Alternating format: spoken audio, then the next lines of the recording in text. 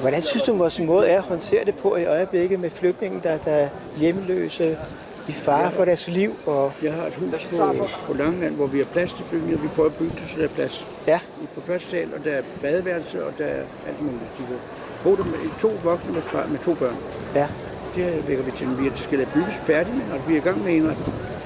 det lyder fornuftigt. Jo, det var ham, der hedder...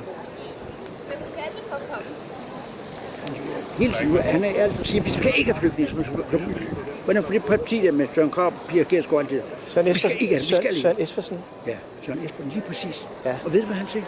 Han sagde, mener du virkelig, skal være nogen? Nej, nogen må da gerne. Hvor mange? Ja, nogen. 10.000? Nej, 20.000? Ja. 30.000? 100.000? Ja. Tak for jer. Jeg kunne ikke sove af lykke. Jeg tænkte, tænk at få overtalt den mand til at sige, at de skal komme ind. Ja. Det er bare fuldt. I hvor er lykkelig. Den mand siger, vi laver det helt, vi skal have mange flygtninge. Det sagde han ordret. Han kan ikke løbe fra det, alle har hørt det. Han har sagt, at han ødelægger sit eget parti ved at sige det. Det skal vi ikke have nogen. Clemens, han skal have Cavlingprisen. For den mand, der siger det modsat, det er en Cavlingpris. Jeg siger tak for væltet. Ha' det rigtig godt.